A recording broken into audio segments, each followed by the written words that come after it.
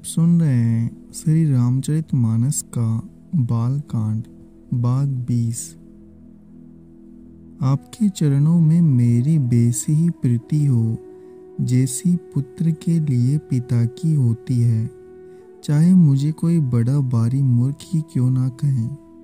जैसे मणि के बिना सांप और जल के बिना मछली नहीं रह सकती, वैसे ही मेरा जीवन आपके अधीन रहे।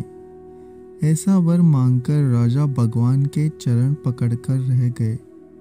तब दया के निदान भगवान ने कहा, ऐसा ही हो, अब तुम मेरी आज्ञा मानकर देवराज इंद्र की राजधानी उसमें जाकर वास करो।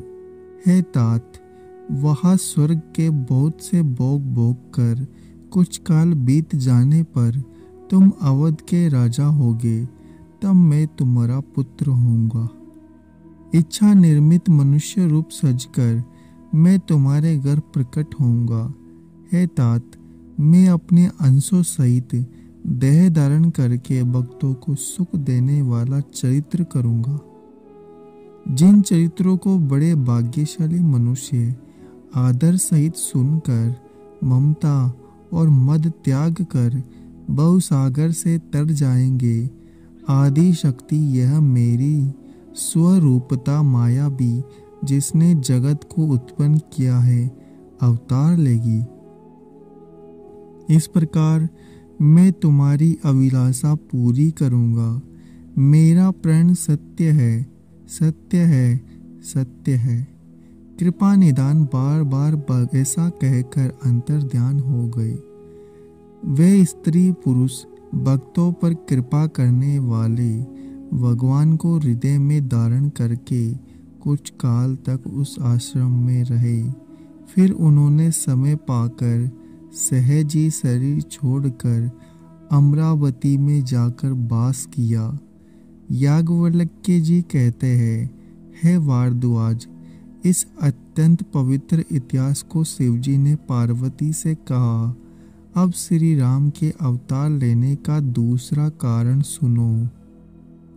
हे मुनि, वह पवित्र और प्राचीन कथा सुनो जो शिवजी ने पार्वती से कही थी। संसार में प्रसिद्ध एक कैकेय देश है। वहाँ सत्यकेतु नाम का राजा रहता था।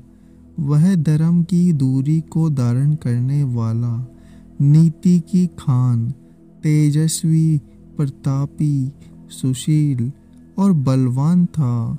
उसके 2 वीर पुत्र हुए जो सब गुणों के भंडार और बड़े ही रणधीर थे। राज्य का उत्तराधिकारी जो बड़ा लड़का था, उसका नाम प्रताप भानु था। दूसरे पुत्र का नाम अरिमर्दन था, जिसकी भुजाओं में अपार बल था और जो युद्ध में पर्वत के समान अटल रहता था। भाई भाई में बड़ा मेल और सब प्रकार के दोषों और छलों से रहित सच्ची प्रीति थी। राजा ने जेठ को पुत्र को राज्य दे दिया और आप भगवान के भजन के लिए वन को चल दिया। जब प्रताप भानु राजा हुआ, देश में उसकी दुहाई फिर गई। वह वेद में बताई हुई विधि के अनुसार उत्तम रीति से प्रजा का पालन करने लगा।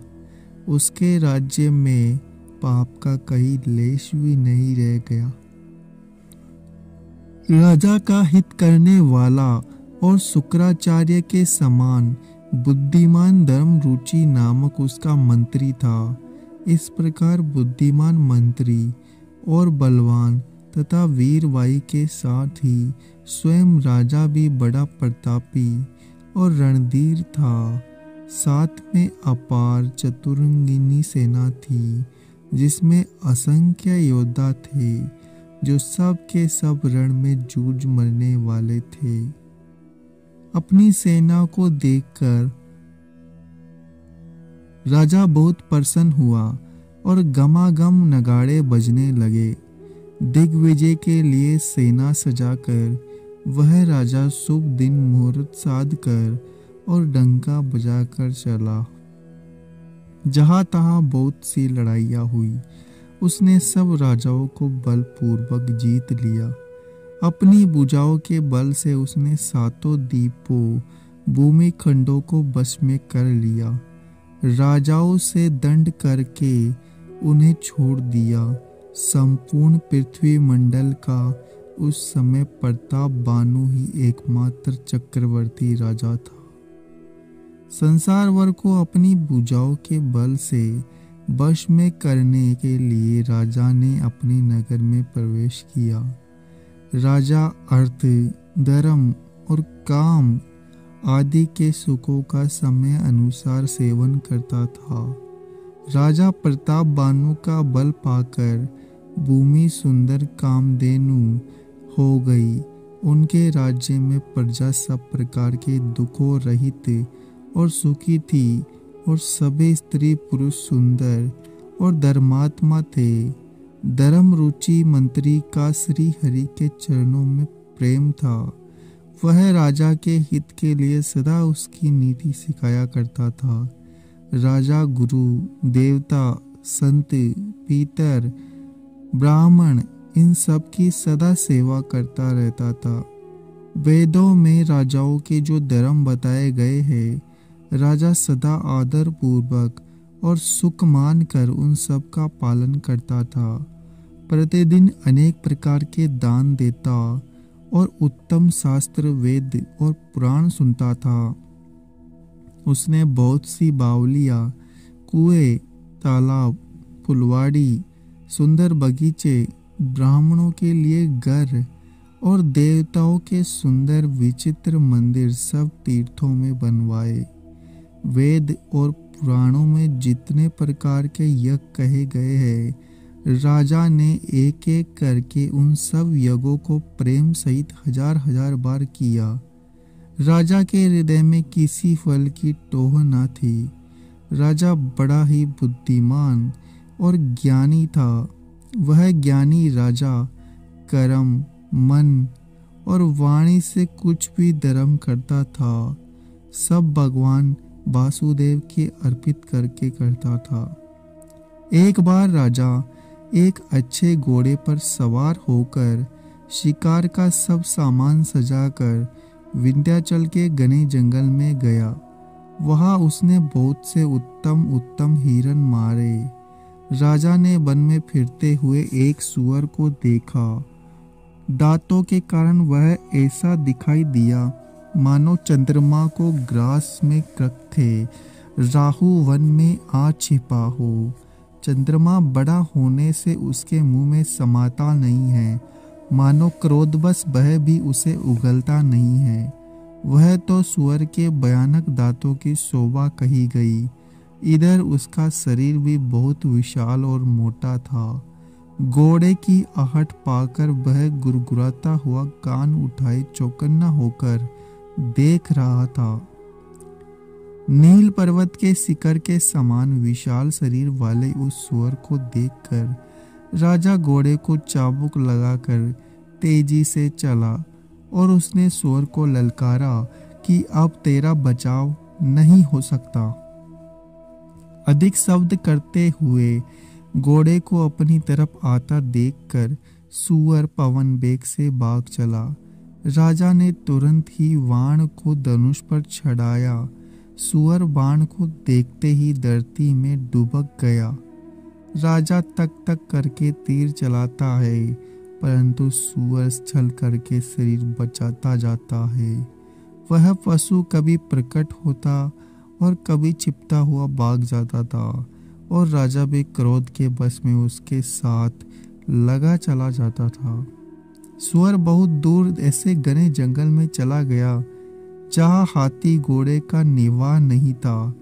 राजा बिल्कुल अकेला था और वन में कलेश भी बहुत था।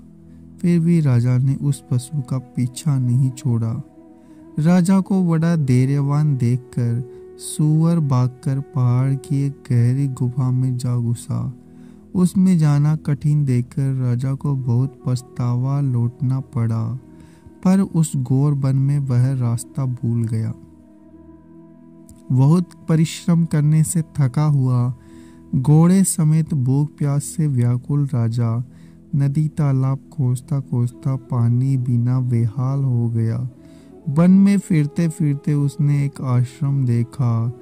वहाँ कपट से मुनि का वेश बनाए एक राजा रहता था, जिसका देश राजा प्रताप बानु ने छीन लिया था और जो सेना को छोड़कर युद्ध से भाग गया था। प्रताप बानु उस समय अच्छे दिन जानकर और अपना कुसमय बुरे दिन अनुमान कर उसके मन में बड़ी ग्लानि हुई। इससे वह ना तो गर गया, ना अभिमानी होने के कारण राजा प्रताप बानु से ही मिला। दरिद्र की बाती मन में ही क्रोध को मारकर वह राजा तपस्वी के बीच में वन में रहता था। राजा उसके पास गया।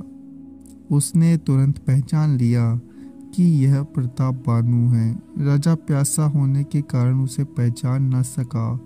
सुंदर वेश देखकर राजा ने उसे महामुनि समझा। घोड़े से उतरकर उसे प्रणाम किया, परंतु बड़ा चतुर होने के कारण राजा ने उसे अपना नाम नहीं बताया। राजा को प्यासा देखकर उसने सरोवर दिखला दिया। हर्षित होकर राजा ने घोड़े सहित उसमें स्नान और जलपान किया। सारी थकावट मिट गई। राजा सुखी हो गया। तब तपस्वी उसे अपने आश्रम में ले गया। सूर्यास्त का समय जानकर उसने उसे आसन दिया। फिर वह तपस्वी कोमल वाणी से बोला, तुम कौन हो? सुंदर युवक होकर जीवन की परवाह न करके वन में अकेले क्यों फिर रहे हो? तुम्हारे चक्रवर्ती राजा के से लक्षण देखकर मुझे बड़ी दया आती है। राजा ने कहा, हे मुनीश्वर सुनिए, प्रताप बानु नाम का एक राजा है। मैं उसका मंत्री हूँ। शिकार के लिए फिरते हुए राह भूल गया हूँ। बड़े भाग्य से यहाँ आकर मैंने आपके चरणों के दर्शन पाए हैं। हमें आपका दर्शन दुर्लभ था। इससे जान पड़ता है कि कुछ भला होने वाला है। मुनि ने कहा, हे तात, अंधेरा हो गया। तुम्हारा नगर वाह से सजकर सब योजन पर है। हे सुजान, सुनो, घोर अंधेरी रात है। घना जंगल है, रास्ता नहीं है। ऐसा समझकर तुम आज यही ठहर जाओ। सवेरा होते ही चले जाना। तुलसीदास जी कहते हैं, जैसी भवितव्यता होनहार होती है, वैसी ही सहायता मिल जाती है। या तो वह आप ही आपके पास आती है या उसको वहां ले जाती है। हे नाथ, बहुत अच्छा। ऐसा कहकर और उसकी आज्ञा सिर चढ़ाकर घोड़े को वृक्ष से बांधकर राजा बैठ गया। राजा ने उसकी बहुत प्रकार से प्रशंसा की और उसके चरणों की वंदना करके अपने भाग्य की सराहना की। फिर सुंदर कोमल वाणी से कहा, हे प्रभु, आपको पिता जानकर मैं डिठाई करता हूँ। हे मुनीश्वर, मुझे अपना पुत्र और सेवक जानकर अपना नाम विस्तार से बताइए। राजा ने उसको नहीं पहचाना, पर वह राजा को पहचान गया था। राजा तो शुद्ध हृदय था। वह कपट करने में चतुर था। एक तो वेरी, फिर जाति का क्षत्रिय, फिर राजा। वह छल बल से अपना काम करना चाहता था। वह शत्रु अपने राज्य सुख को समझकर दुखी था। उसकी छाती आवे की आग की तरह सुलग रही थी। राजा के सरल वचन कान से सुनकर अपने वैराग्य को याद करके वह हृदय में हर्षित हुआ। वह कपट में डुबोकर बड़ी युक्ति के साथ कोमल वाणी से बोला, अब हमारा नाम भिखारी है, क्योंकि हम निर्धन और अनिकेत है। राजा ने कहा, जो आपके सदृश विज्ञान के निदान और सर्वथा अभिमान रहित होते हैं, वे अपने स्वरूप को सदा छिपाए रहते हैं, क्योंकि कुबेश बनाकर रहने में ही सब तरह का कल्याण है। इसी से तो संत और वेद पुकार कर कहते हैं कि परम अकिंचन ही भगवान को प्यारे होते हैं। आप सरीखे निर्धन भिखारी ग्रहहीनों को देखकर ब्रह्मा और शिव जी को भी संदेह हो जाता है। आप जो हो सो हो, मैं आपके चरणों में नमस्कार करता हूँ। हे स्वामी, आप मुझ पर कृपा कीजिए।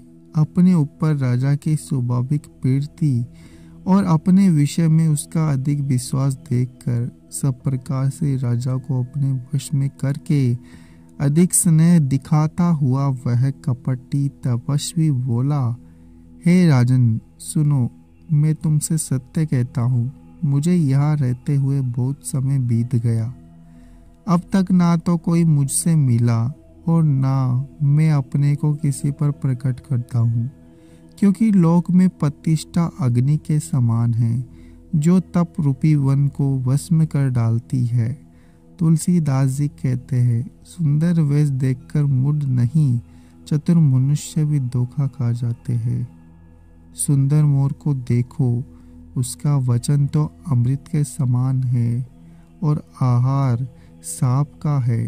कपटी तपस्वी ने कहा, इसी से मैं जगत में छिपकर रहता हूँ, श्री हरि को छोड़कर किसी से कुछ भी प्रयोजन नहीं रखता। प्रभु तो बिना जमा ही सब जानते हैं। फिर कहो संसार रिझाने से क्या सिद्धि मिलेगी। तुम पवित्र सुंदर बुद्धि वाले हो, इससे मुझे बहुत ही प्यारे हो और तुम्हारी भी मुझ पर प्रीति और विश्वास है।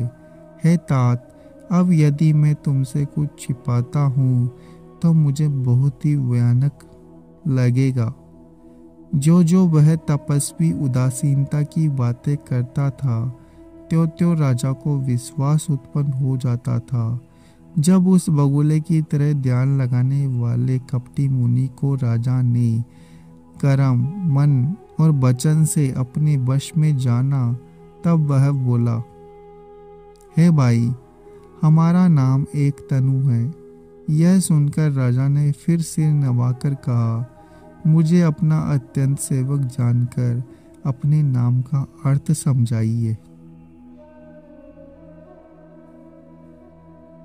अगर आपको हमारा यह प्रयास अच्छा लग रहा है तो चैनल को सब्सक्राइब करें, वीडियो को लाइक और शेयर करना ना भूलें।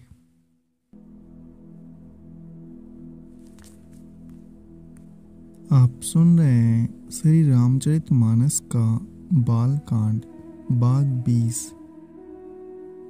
आपके चरणों में मेरी वैसी ही प्रीति हो जैसी पुत्र के लिए पिता की होती है। चाहे मुझे